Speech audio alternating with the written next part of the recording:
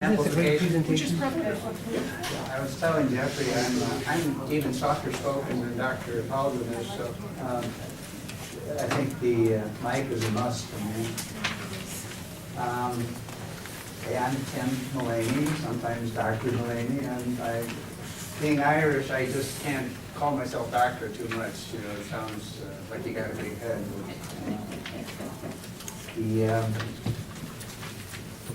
Why don't we start out with, you have a handout on something called long, slow breathing. And I want you to begin from the point where you just inhaled and let out a nice, long exhalation. You're going to do this 3 times, where you recruit your midsection, you push out the remainder of the air at the end. I'm doing it now. Keep most things relaxed. You just need a little tone in here. Pause. And you let the air out. Breathe in naturally, just till it's comfortable. Take another pause. We'll repeat it 2 more times.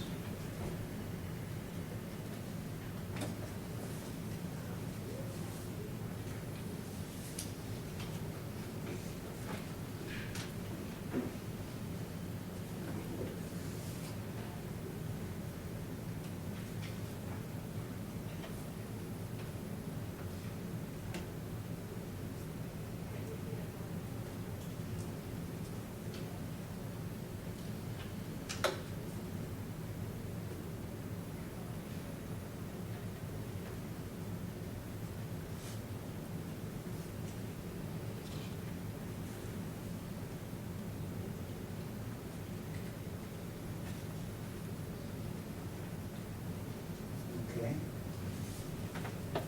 I try to teach this to every single vet I work with before even considering mindfulness practice. Mindfulness is, you know, I've spoken to some outside type groups, not clinical groups before, like Presbyterian Church in Ames, Iowa, you know, or well, I knew the pastor there. She used to be at Grinnell when I was there. She was a resident advisor. So she was more familiar with me. She says, tell them right away how you got into this, because they're going to want to know. And if you don't, they'll be wondering the whole time. And talking to you, I got into this because I don't know a better method to palliate and ennoble the human condition than the methods I'll give you today. So that's the reason. If you know something better, tell me. I'll stop what I'm doing and do that. But, so I think this can rock your world, this stuff. And I am thinking of you, not just the people you serve, the vets you're going to serve. If you're in good shape, then you'll be able to help. And if you're not, well, what good can you be to another person if you get wounded right away when you go to work with someone with PTSD? And you are at risk of getting wounded. Work with people with PTSD. I mean, secondary trauma is a reality, and if you have any latent traumas, which more of you have than you know, it's going to wake them up. You know? So you have to be emotionally literate and have the ability to make another person feel felt by you, where they feel your resilience and you're feeling their pain. And you have to walk out of that session uninjured at the end. But to me, that's a tall order, but what I'm telling you is this is realistic, that you can get these skills in time. You get some right away and some develop gradually.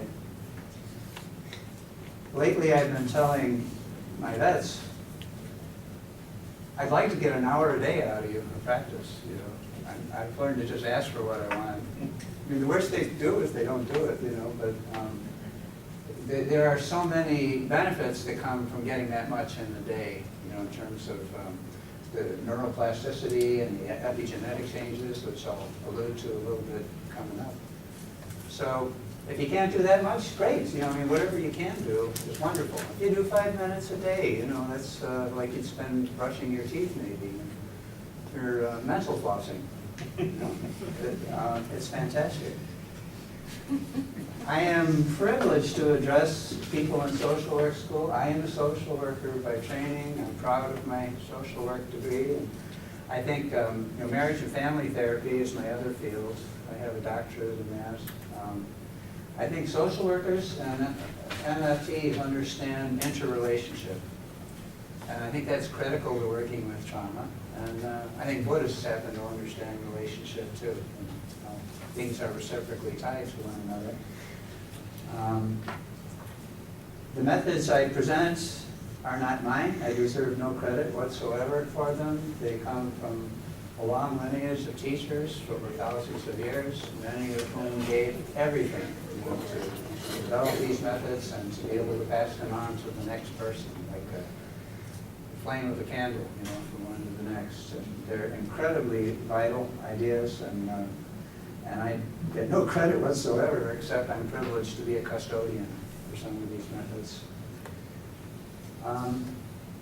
We're getting to a point, I think, where we may start to make a shift from an evidence-based criterion to a knowledge-based one in psychotherapy. And I'm excited to see the developments happening. And it's all going to be about the brain and about genetic shifts coming up. And I got excited about this because I heard, oh, mindfulness does this in SCADs. I mean, the evidence is that it harnesses neuroplasticity in a massive way.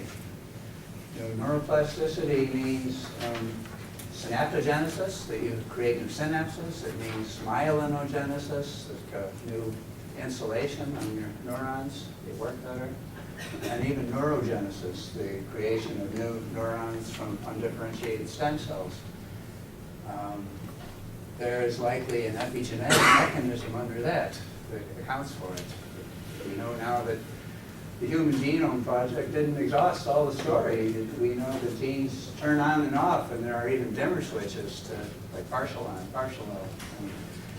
Wouldn't that be great to know the good ways to turn them on and what methods do that? And we know mindfulness training and related disciplines do this in very important ways. Things relating to your stress response, for example, and resilience.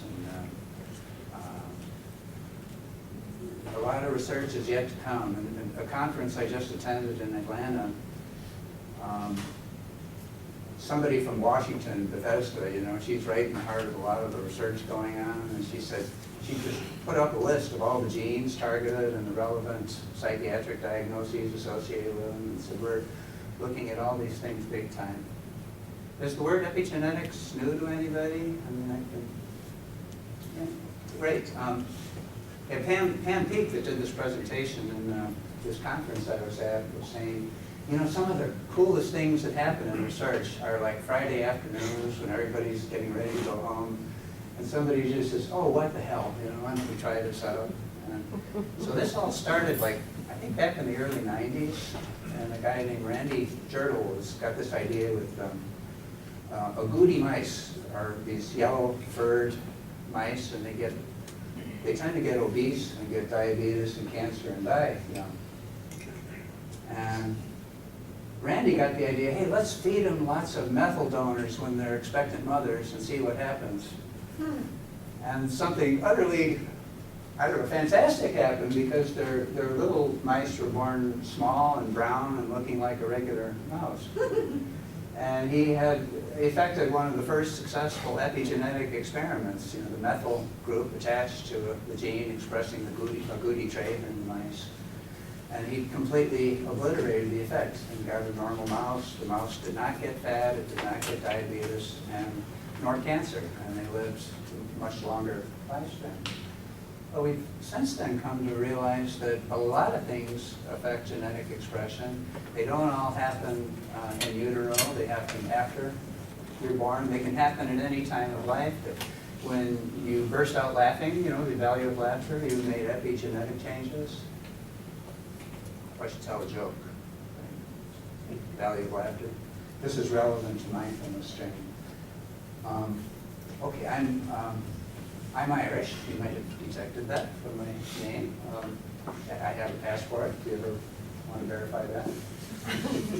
I can make fun of my own ethnicity. So, okay, this Irish guy is drunk every single night of the week. It sounds like a typical Irish joke. And he is he's covering both sides of the road trying to get home, barely succeeding in battling gravity. But the one place he sobers up is by the graveyard when he passes, because he's got these ideas he'll see a spooky thing someday. Well, everybody knows his fear, and you know, one day his wife goes to the pastor, the church, and he don't know what to do with the man. He says, he drinks like a fish. The priest is thinking, and he says, I can tell you what you're going to do. He says, you're going to hide in that graveyard, you're going to dress as Satan himself, and you'll scare him into being a sober man. And you know she was willing to do this. She's hiding, you know, in the dark that night, and she's got the horns and the pitchfork. And you got to give her credit here. And she's waiting, and he comes out, and he's, you know, staggering across this road, coming back, and he gets to the graveyard, and he's looking left and right, and he's starting to walk a little straighter, a little faster, a little straighter, a little faster. She jumps out at him. He's, ah! He says, well, you know, we have to be friends. I'm married to your sister. You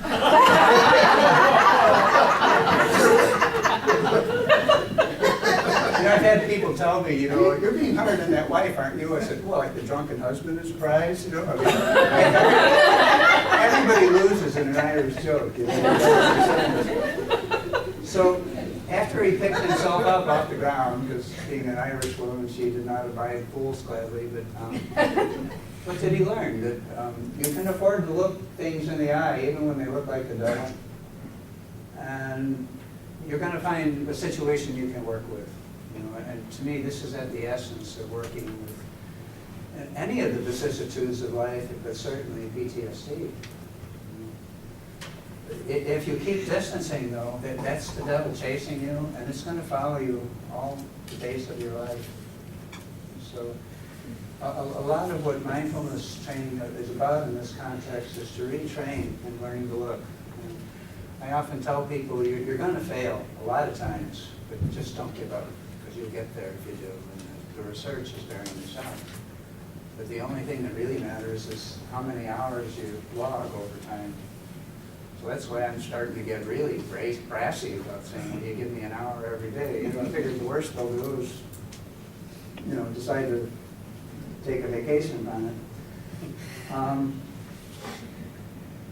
I'm trying to invoke a minimum of explanatory ideas today, but I thought neuroplasticity and epigenetics had to be mentioned.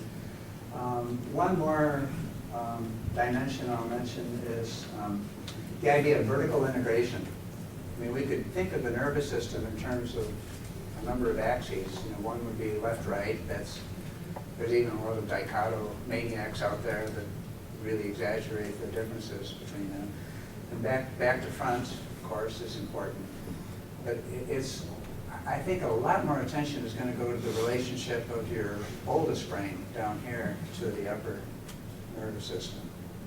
And we tend to think of this as just something you're stuck with, it's passive, it just does things that the cortex register and nothing else. But you know, you have enough neural matter in there to match the brain of a cat. I mean, our vagus nerves are amazingly complex. And they're more sophisticated than most animals even. You know, in the ventral area, it's highly myelinated. It's your sophisticated parasympathetic nervous system. And a lot of the complexity that we're able to achieve in our social relationships comes from that. Like, for example, all the many expressions we produce with one another that makes life rich and makes complex social organizations possible. The sympathetic system, we all know, your flight-fight mechanisms. And then the dorsal vagus nerve is the unmyelinated parasympathetic system. And we saw that documented in history the moment George W. Bush learned that the country was under attack in that classroom. He was in a classroom in Florida, and you just see him looking like this, and that was the dorsal vagus nerve. I mean, it was his freeze response turning on, which is probably the oldest response we have. It's estimated as 500 million years old in evolutionary terms. So you ignore your vagus nerve at your own peril. And we really got to revere our midsections and kind of make a relationship with them, because if you learn to black out in response to what's happening here, it's going to give you all manner of grief. And what I'm saying is, when you see trauma happening, that there is a kind of a split that happens, and you're no longer able to respond, to register, the signals from here. And this knows it, and so it acts up all the more. So just a few explanatory principles, and my goal from here is to give you skills so you can enhance your own resilience and ability to feel the pain of a person with trauma without taking it on at the end of the session. So I teach 3 skills. I have till, what, 3:30, is that right? About 3:35. Okay, 3 skills. You just learned the first one, long, slow breathing. Because of its immediate impact on that vagus nerve, I want that to be the first thing you get. I want to have everyone be so that no matter what comes up, they can, we ought to be friends, to produce that response, like my joke. The second would be, I've changed the order of this over time as I practice this. It's something called sending and receiving, and I didn't give you a handout because I think that ought to come from a human and not from a printed page. And plus, it's so easy, you'll get it right away. But sending and receiving has 2 aspects. I could call it compassion training. The first part is something you do formally. And in the formal part, you connect with your natural breathing and follow it, but with a sense that when you're breathing in, you're taking in all sorrow and negativity, and you're doing it like it's a service to self and others. You're not excluded from the effort here, but it's a contemplation that you would willingly do this. Like my in-breath, I'll take in all of Pandora's box, all my sufferings, all everyone else's. When I breathe out, it's all manner of joy and happiness that you're giving, in that out-breath. And it's a sort of a contemplation that you're a recycler, In goes the bad air, out goes the good. So the opposite of the way you might have heard that. So you might be wondering what good that does. It sounds kind of nice, I suppose, on the surface, but you're harnessing some important neurobiology when you do that.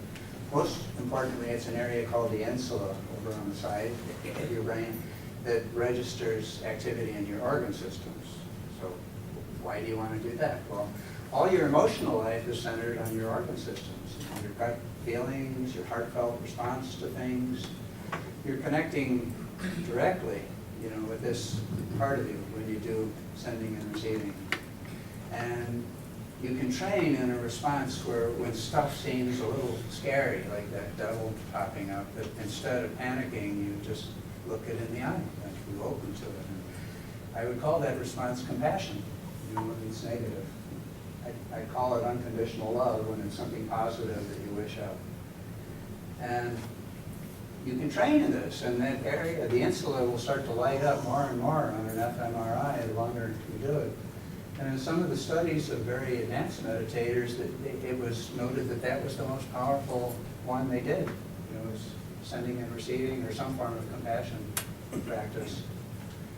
So I recommend it to you highly, because if you walk into that therapy session with a lot of territory, like you can't wear a raincoat in there, it's more like you walked in naked, and it's snowing too in there, but there has to be a willingness to feel those feelings, because it leads somewhere good if you're willing to do it.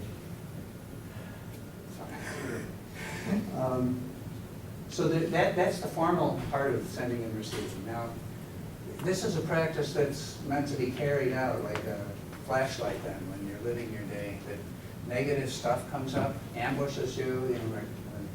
The common example every vet seems to respond to is the guy cut you off on the highway on the way over here, and you flash this rage. And because you practice the meditation part, there's a response that, may my anger contain all the anger in the universe with it. May everyone be free of anger and their consequences. May they all arrive safely at their destinations today.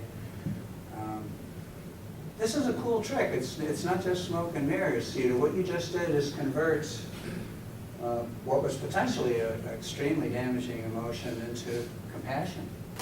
You know, you harnessed your higher nervous system to work in tandem with your midsection, and it really will work. And if you fail, it's okay. Pick yourself up and do it again next time.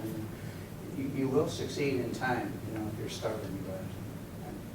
I'm Irish, I know how to be stubborn, so. But we can all learn. It's a good kind of stubbornness to get. So long, slow breathing, you know, that's kind of your instant resilience. I recommend for everyone 12 of those a day in a row, and bring it in when you need it. You know, like, you know, if you sense an emotional ambush coming at you, that, you know, if you can produce a couple long, slow breaths, it's the difference between thinking it and saying it. That's a critical difference, of course.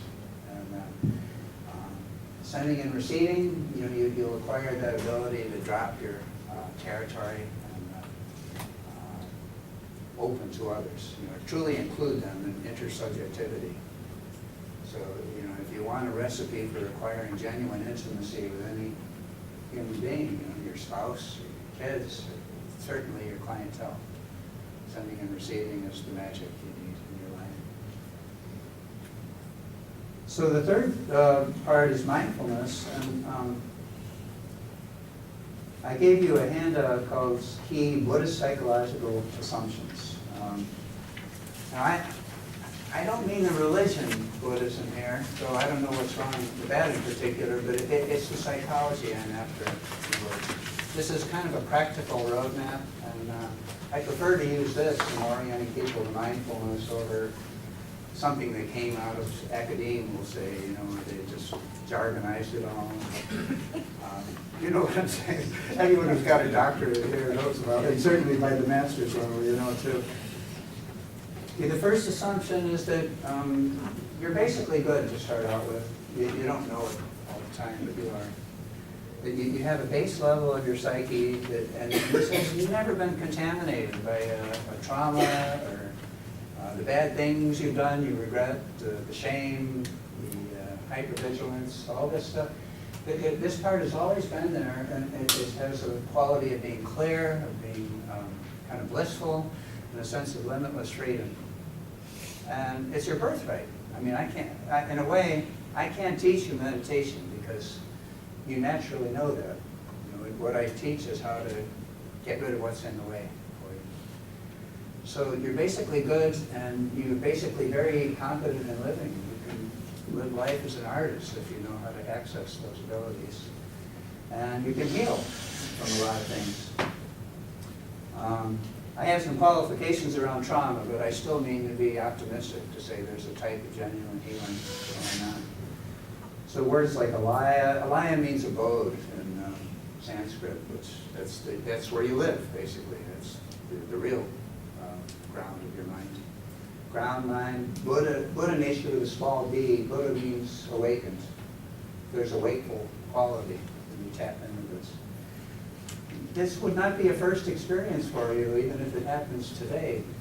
And everybody can relate, I think, to having finally gotten to sit down after a great big day where you had to solve all kinds of problems, and you finally got home and you settled into your chair and whoa, does this feel good or what, you know? And it's like nothing above my shoulders but the evening at that moment. It's just expansiveness. And I think, does that sound familiar to everybody? Like it's like the sun peeked out from behind the clouds all of a sudden.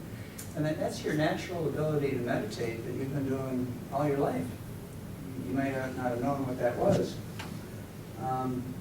Now, why aren't we coming out of that all the time if we're so effective and so resilient coming out of this alaya? Well, you know, it's our own agenda that we're pushing all the time in our heads. I mean, it's interference from the vagus nerve, most likely, that we're in some kind of fight, coping. And the general gist of that activity is I want to get some stuff and I want to avoid other stuff. I mean, This is very intuitive down here. It's like I want to get all this good stuff, and I'm constantly thinking about how to make it happen. I don't want to lose things I have. I want to have pleasure. I want to avoid pain. I want people to praise me. Don't want anyone blaming me. You know, I want people to say good things about me, you know, and I don't want anyone bad-mouthing me. And, you might call that the ego agenda. You know, it's like there's this small self operating that's always trying to pull strings and make it work out. How well does that work in practice? Not very. You know, I mean, we're all, Buddhism would say all the misery of life actually comes out of that. It creates a sense of strong territory, and with that comes a lot of aversion, you know, like we aggress when it seems necessary. It creates a lot of craving, and we're really pulling, you know, at the expense of others frequently to get stuff we want.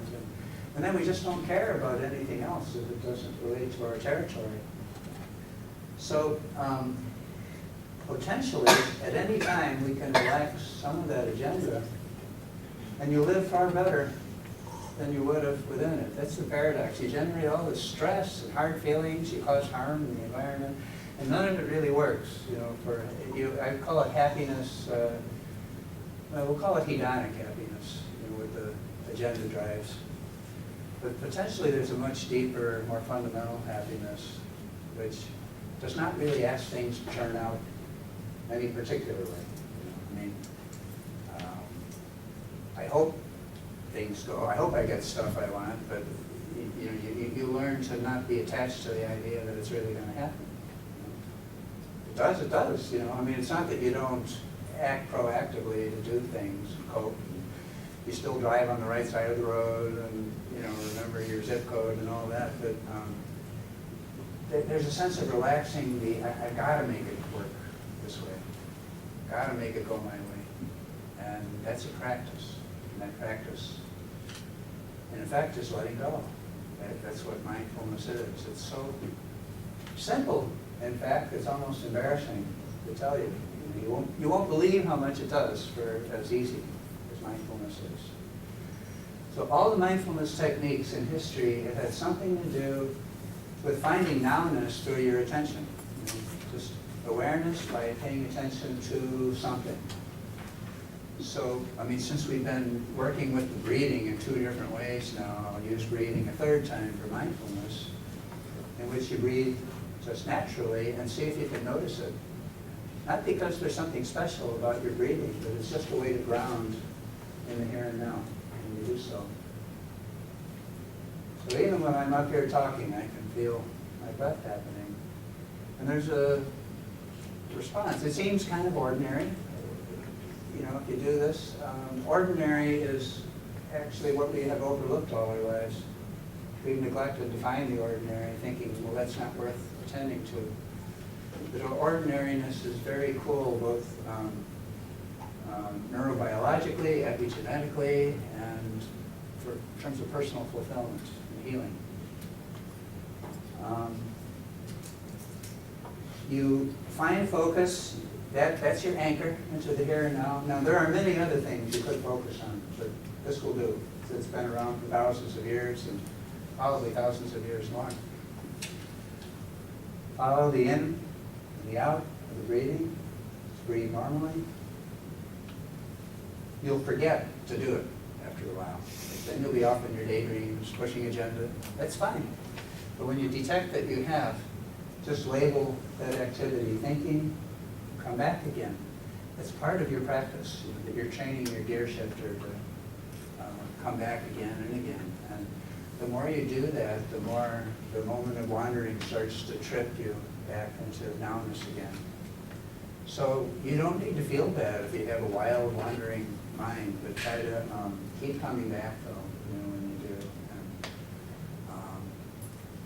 I taught you a technique, actually, that most people don't get when they start out meditating, and that's if you have a really wild mind, to bring in a long, slow breath here and there, and that will help to bring you back in your body again. The goal we hope to all get to eventually, you know, clinically, is that you can do this with your feelings as a way to ground in the moment. That's kind of a wild stallion to ride, you know, so it takes practice. You learn to work with that horse, but it will yield to continued practice with that. It's better at first to work more with something like the breathing though, or if that leads to excessive discomfort, to move your attention outside, even like maybe ambient sound, because breathing is body sensation, right? And where is trauma? Well, that's body sensation too, and potentially for a few, it will start to wake up their trauma, you know, to do a breathing meditation. Sometimes it will be more successful than, say, tune into the sounds around you. You know, same technique. Let sound ground you in the moment. Rest with that. Let go. The letting go is happening all the time, where you're just trusting that you can stay in here and now. Sound will still be there. It's only when you start developing agenda again that you go, oh, thinking, and okay, sound again, then you let go. Is that kind of clear how you do that? I gave you instructions in meditation posture. I don't need to go over all those, and I'm conscious of respecting your time too, they don't go over. But the one instruction I tell you about up front though is to have the spine relatively straight. You hope to have your vertebrae aligned so that just your bone is holding you up. This can work lying down too, but for many of us, we start letting go of a few stresses and then you want to pass out. And many of the vets and traumatized people, they're holding a lot of fatigue back. So as soon as sometimes I'm talking to them in a session, I start seeing them doing this right in front of me. They're apologizing, and I'm saying, well, what can you do? You know, you started to relax a little, and now, actually, that's healthy. What you're doing is a good thing. And so, no, you're complimenting me. You're not telling me you're getting sleepy. I want you to go home and take a nap. Just be careful you can drive. So, let's see. I said I go to about 3:30. Actually, I didn't say anything. Yeah. About 3:35. You got about another 8 minutes. Okay, now 3:35.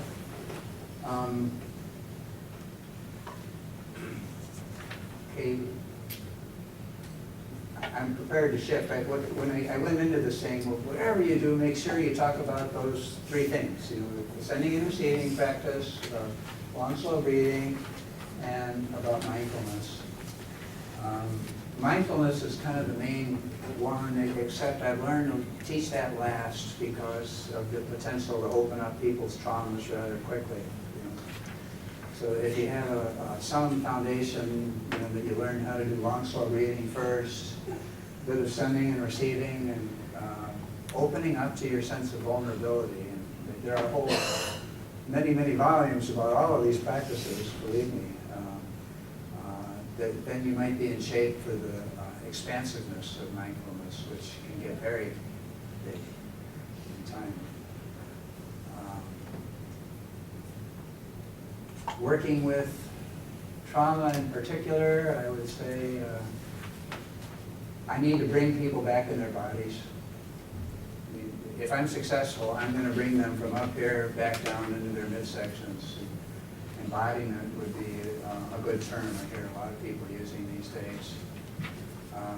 Shamans used to be pretty good at treating trauma in older times. How did they diagnose this? It was their soul had been separated from their body. And successful treatment went about bringing their soul back in. You know, so you are successful every time you can bring somebody in contact with the physical sensations of trauma, particularly flight-fight. So what's going to happen, you know, with the fragmenting you talked about, is that most of the time you'll be stuck in kind of a monotonous mode, rigid. You know, I think you both described this very well, that you want to just like hang out in your basement and get on the internet. And, the fear is that if you ever start to come out of that mode, you're going to go way over to the other extreme in chaos. So there's little sense of that sweet middle ground. happening there. So what is needed is to start dealing with just physical sensations. Because if you bring them into memory, they might flip out again. Like these memories will just trigger this guy to react, and they're not talking to each other. You can't talk people out of trauma. You can't reason with yourself when you have it. Like, this is not a sensible response. It's not going to get you far. You have to learn to speak that language of this oldest brain. And I would say that this is really the master and this is the servant, phylogenetically. I mean, we're alive today because of this lower part. Our ancestors survived and passed on genes.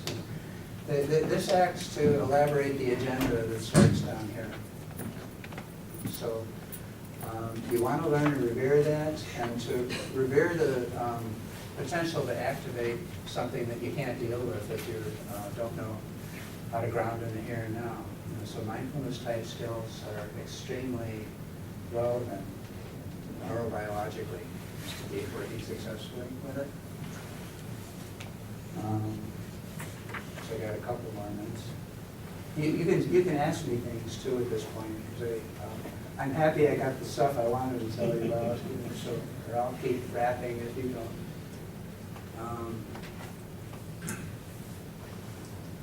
Peter Levine, who wrote Waking the Tiger, it's kind of a classic now. And he tells a story. In 1969, he was starting out, and this woman came to him, and she had past traumas. He couldn't, I don't think even she knew exactly which ones they were, fibromyalgia, and a number of things. And he had this idea that, you need to relax, it's the beginning to work with this. So he had her lying down on the floor, and he's, assisting her and facilitating her relaxing. And said suddenly, her pulse took off like a racehorse. I mean, she got up to like 150. And I read about this. I heard him talking on a podcast with Dr. Drew about it. He said, I told her the worst possible thing I could tell anybody who has trauma in that situation. Can you guess what that was? And Dr. Drew had it wrong, but not, he said, but not by much. He says, what I told her is, you've got to relax. What do you think happened next? He says, well, her pulse did start to drop. It went 140, 130, 120, 100, 90, 80, 70, 60, 50. And she's ashen white, lying there. He says, what do you think is happening? He says, that was the freeze response happening. It's that ancient parasympathetic response going on. And she's saying, doctor, help me, don't let me die. I think I'm going to die, And it's possible to have terror and a deep parasympathetic response at the same time. And just operating on an instinct. He said, I felt a real connection, like she would get this, but I said, there's a tiger in the room right now, and you've got to get the hell out of here. And in her mind, she's running, and in he said her legs even started to move, but when she came out of this, she said she felt alive in a way she hadn't felt in years. And, you can see some of those things I've said about the complexities of the vagus nerve happening here, that if you can find some kind of discharge for the energy, that's very important to resolving trauma, and it has a language that might be different than you're used to. Like anything with rhythmic movement is often helpful. Vibration, like if you thought of taking up taiko drumming, that would not be untherapeutic at all. It would be actually a good idea. Dance, or when you're in a potentially traumatic situation, if you can find an appropriate way to run or fight, actually at the time, you'll avoid trauma coming on. Like the people that got out of the World Trade Center on 9/11 and just ran like hell, they did not report the trauma symptoms. So the ones that maybe had to have an orderly egress from the building, and there's people in line. It's a survival situation, but you have to control that flight-fight response. So with the people that got to really just run and get that out and fight in an appropriate way with the threat, were the ones that dealt more successfully. And that can even work retroactively, like, if I'd done that, I think that would have worked. And you wouldn't think that would, but this understands a different logic than this does. So I think you've been very good group, and thank you for listening. And, I wish you luck.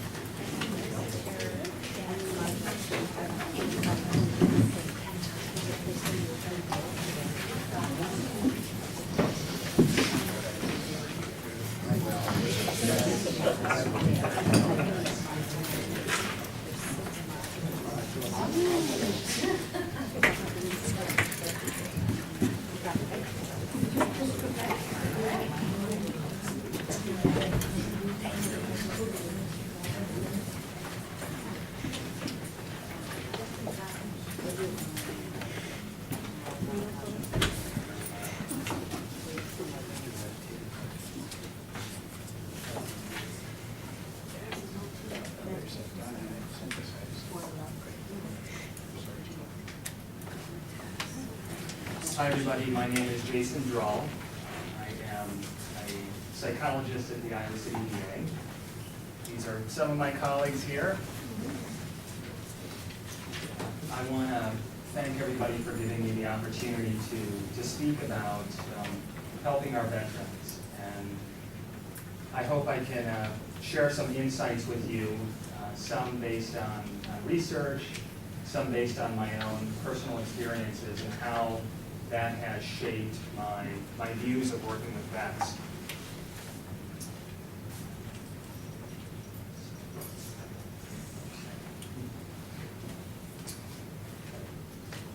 So first I should offer a little disclaimer. I'm going to give a lot of anecdotes, and I want to inform you that the anecdotes I've selected have been modified in certain ways, and they're common stories. These are themes that you've heard over and over again. If you work with combat vets, you'll hear similar stories, regardless of the era, if it's World War II, Vietnam, or even our Iraq, Afghanistan conflicts.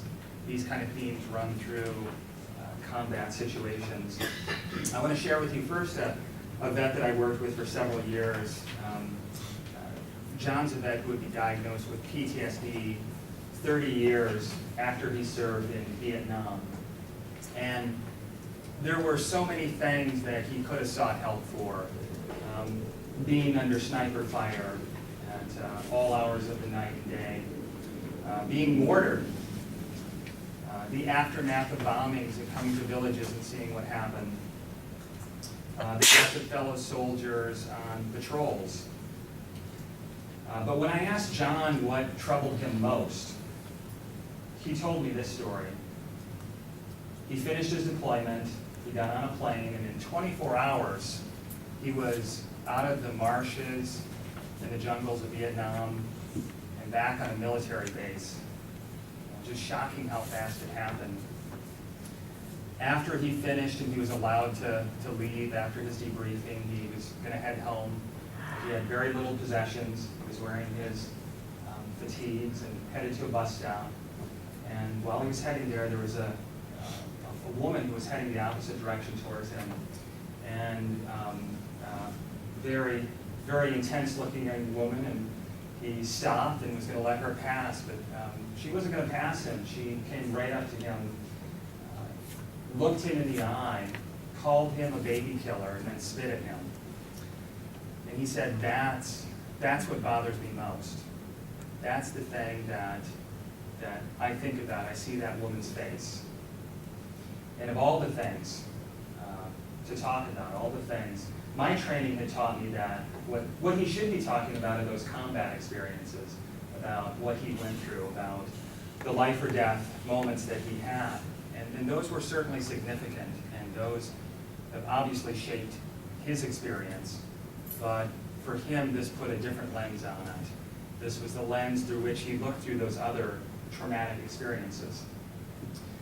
And so as therapists, I think we're often taught to look for those experiences, to look at fear, and to look at danger, and to treat that in our vets, and to not pay as much attention to the other issues, what I would call the existential issues that arise as a result of serving in a combat zone, that inevitably arise.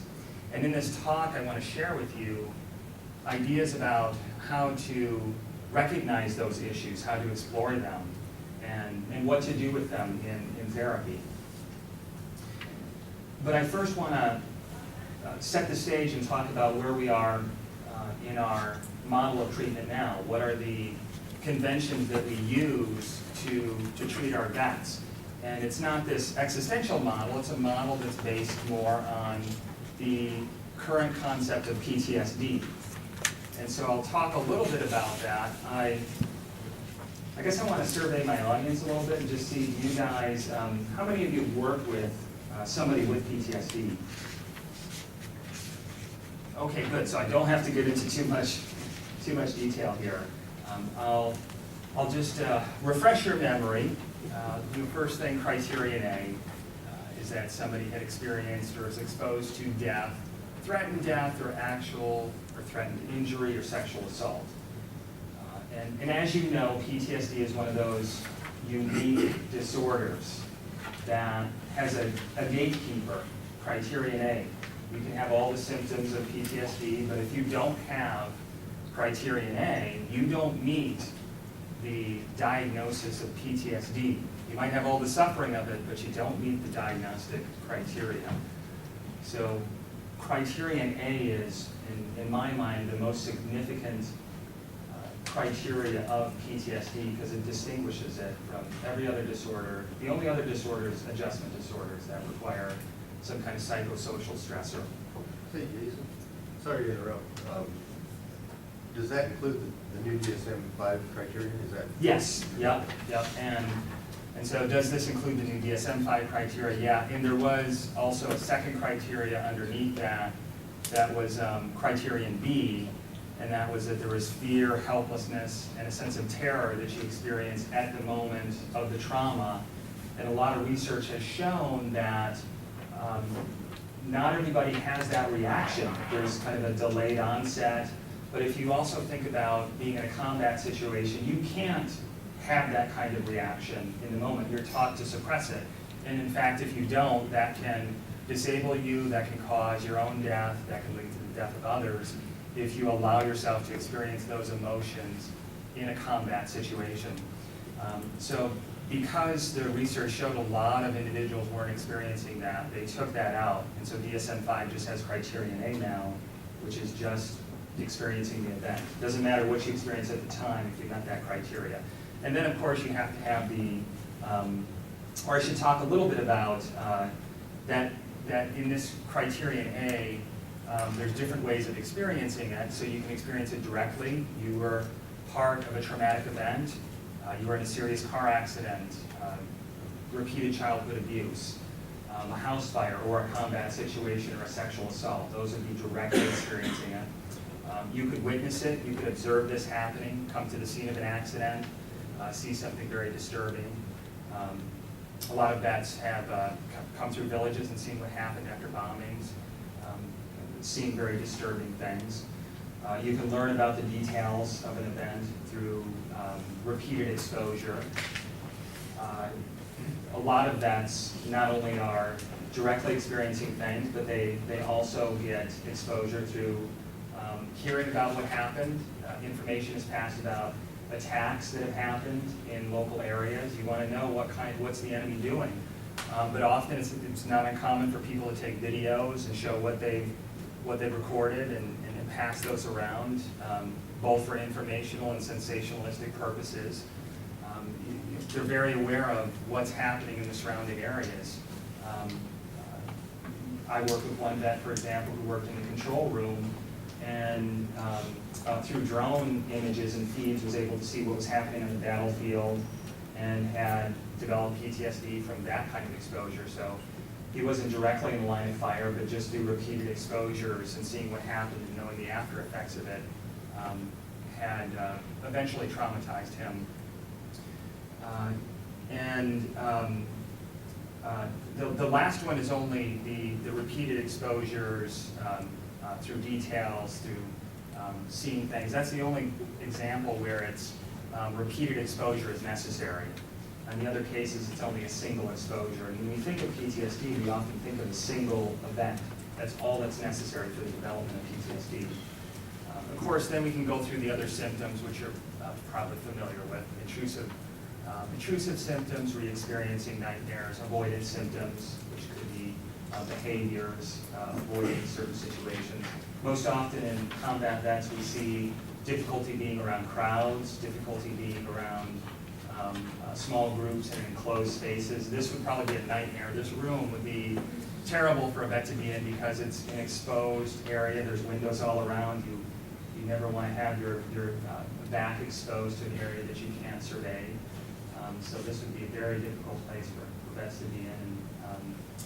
But avoiding those kind of situations, being in a group is very common, a very difficult challenge that a lot of vets have. Avoiding thinking about the event as well. Not wanting to think about it to the extent where you're going to work very hard to do that. Keep yourself chronically busy. Drink to numb yourself out. Negative mood and cognition is a new cluster that's been taken in the DSM-5, a new component of PTSD. It took some common symptoms and pulled them out of the avoidance cluster and put them into its own new cluster. And some examples: negative beliefs and expectations about oneself and the world, persistent or distorted blame of the self, negative emotions. It used to be just anger was the only emotion that was really fused in here, anger and depression. Now we have emotions like guilt and shame and horror that could be a part of this negative mood and cognition cluster. And then finally, hyperarousal, just the remnants of being worked up, jumpy, easily startled, difficulty sleeping. So you can think of the after effects of adrenaline. That's what Tim's tiger, that would be the hyperarousal cluster. So let me tell you, get you thinking a little bit about what this means then, if this diagnostic, if these are the diagnostic criteria then, what does this mean? What does this imply about how we approach treatment, about how we approach